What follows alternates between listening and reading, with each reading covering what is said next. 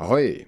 This season I decided to focus on farming all the new artifacts early on, and I found a way to farm for Phoenix specifically very easily. You can get it in roughly 4 hours, and I'd like to share that with you. This was not the video I was planning to come back with, that'll be tomorrow instead, but we do this one first because this is what has kept me occupied.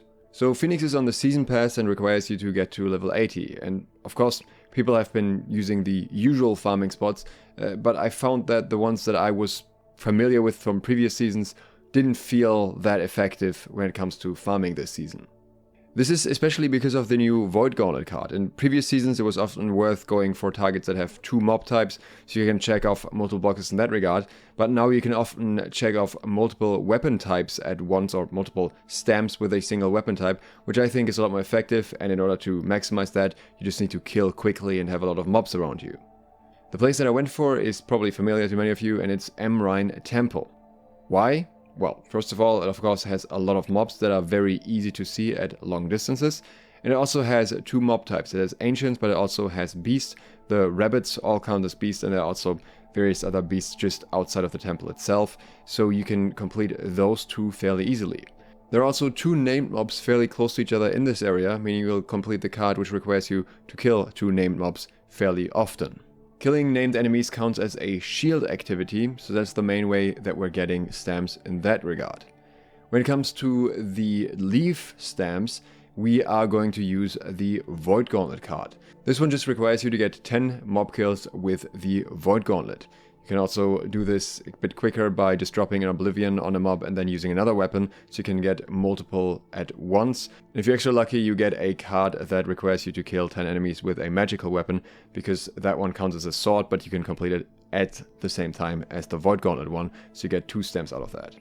The other stamps that you want to look for on the sword side are the one-handed kills, 2-handed kills, and the ranged weapon kills, which includes blunderbuss, bow, and musket. Of course, this is also where you're looking for ancient and beast kills. The Flask or bottle stamp, or whatever you want to call it, is the only one that takes a little bit more preparation, because one of the ways that you can easily get this is by salvaging tier 5 items. Of course, the mobs here don't drop tier 5 items, so you need to bring a lot of those with you if you want to be fully prepared. I just had a bunch from all the other stuff I did over the last few days, so for me this was very easy to do. Another option that you can do is play songs. I did that occasionally as well, because at least that doesn't require resources. If you want to do this quickly, then just play Ya, because it's the shortest song that you can play, and you can play it twice in order to unlock a stamp. If you want another method here, I didn't use it, but I'm pretty sure you can also just grab the resources for tier 5 consumables that can be crafted at your camp and craft some of those instead. I think it's a bit more effort because you always have to go back to your camp, but if you prefer that over, for example, playing songs, completely understandable, or if you don't want to get tier 5 salvage items. But that still leaves us with the Logging Axe stamp as well as the Skull stamp. And here my approach was to basically pretend they don't exist. You never need to complete more than 3 stamps in a row, because you can just use a wild stamp at that point and clear out the 4th one. So mostly you just end up not doing them. There are some exceptions though. If you're really short on stamps and you get really unlucky with your rolls, then you might need to go for the gather 500 resources at some point and chop some trees nearby.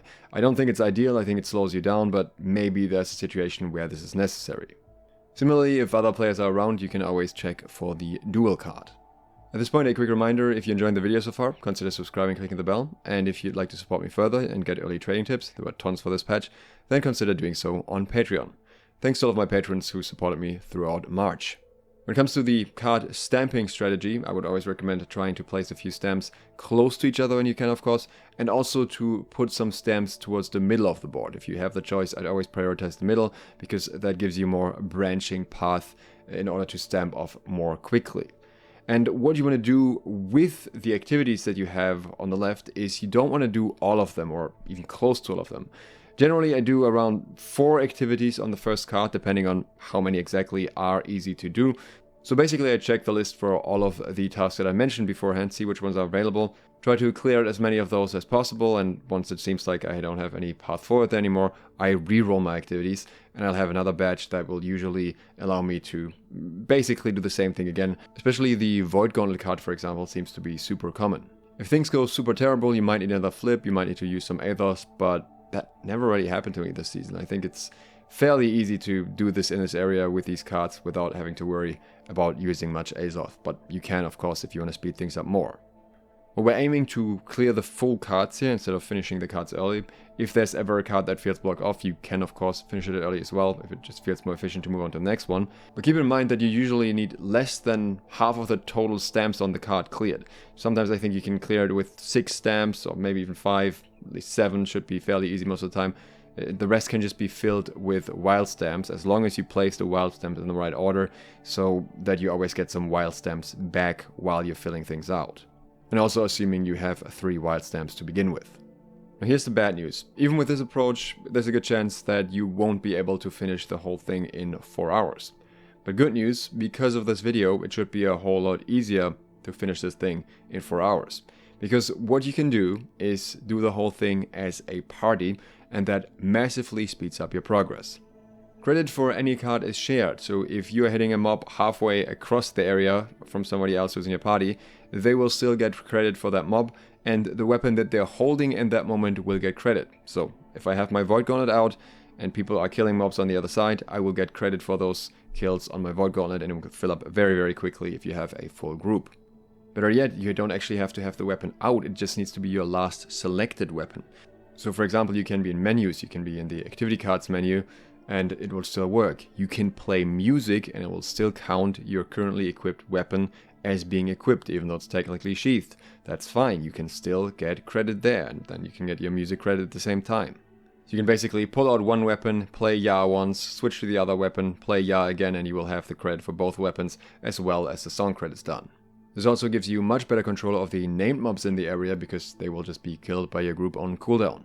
This is the main part that could become a problem if there's too many people in the area, but I am certain there are similar areas in terms of setup once you have the overall strategy down. And as a little bonus, while you're in a party, you can of course do duels as well, so you can get the extra skull from that, which helps a fair bit sometimes. Following this exact approach with first a 3-man, then a 4-man, and eventually a 4.5-man group, there was a low level in there, I was able to get 20 Season Pass levels in an hour, and I wish I would have started this way right away because it's just so much quicker. So make sure to have one of each weapon type and plenty of tier 5 items to salvage, as well as potentially some resources to craft consumables if you prefer that, and then you'll be all set. I would not recommend to try and get the season trophy for the extra XP beforehand, because it just doesn't seem worth it.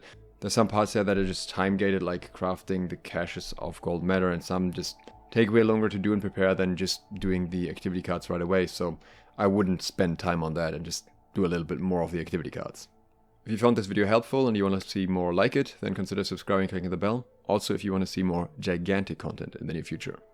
Thanks to all of my patrons for supporting this video, and thank you for watching. SLOTH, out.